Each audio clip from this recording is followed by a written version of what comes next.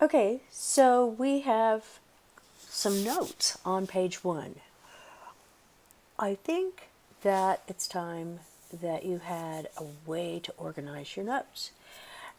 You're really pretty good already at finding the notes and even using them, and most of you are pretty good at paraphrasing your text evidence.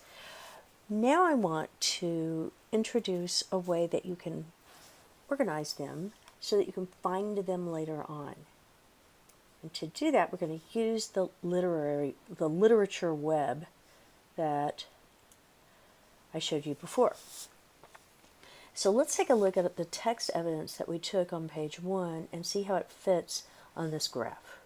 Now, when you have your notebook, I would suggest that you have a page for each one of these, a keywords page, images and symbols, ideas, feelings, rather than try to reproduce this graphic. I'm just doing this for you so you can see how it works.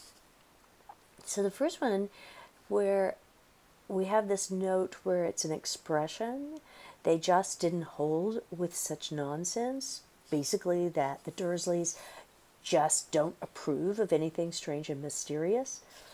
You know, at first I was thinking that might be a key word, and it certainly could fall under how they feel. But I have a feeling that since this is in the very first paragraph, that this is maybe a key concept, something that's going to come up time and again in the novel. So I'm going to put it under ideas. And just so you know,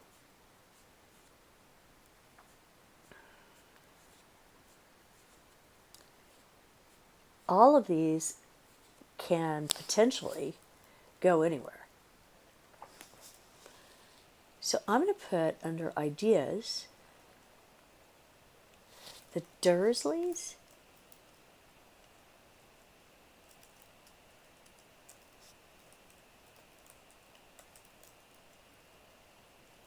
don't hold with such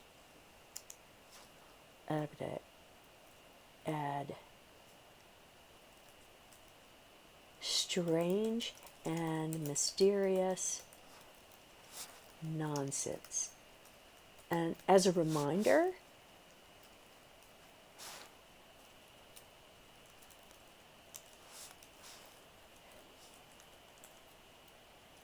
when I put something in brackets like that, it means that it's not part of the quote. Also, did you notice how I put this notation? There's a quotation mark at the end of nonsense, and then I have, oops, the P should not have been in there. I have parentheses and the page number and then the period. That's something just to get used to. He had hardly any neck, although he did have that very large mustache. And then we've got Mrs. Dursley being thin. So he's big, he's beefy, she's thin. He has no neck, and she has twice the usual amount of neck.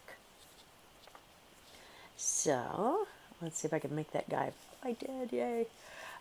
So I'm going to put that as an image because I can picture that. So Mr. Dursley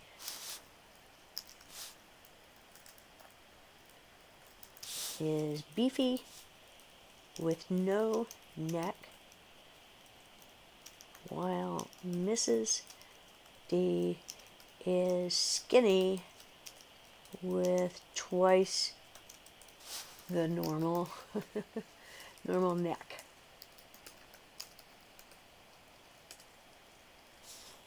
Okay.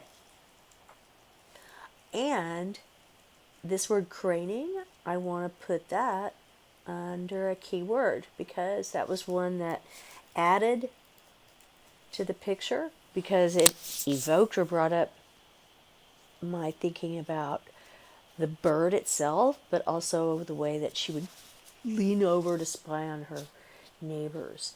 So let's see if there's any feelings. Yes, I do believe there are some feelings here. They have a fear. And although I did not highlight it, this is another way for me to ferret out, text evidence that can be useful later on, because the feelings that that the Dursleys have about the Potters are fear, shame, embarrassment,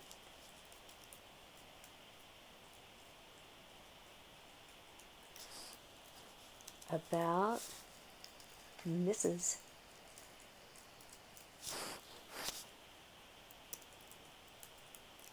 Dursley's sister and husband, the Potters.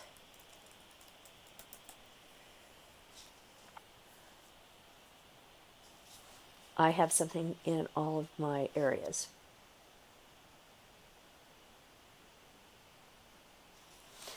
Then we can continue to add to this chart as we read, thinking about these key elements, keywords, images, ideas, and feelings. Thank you very much, and I'll be looking for that in your notebook.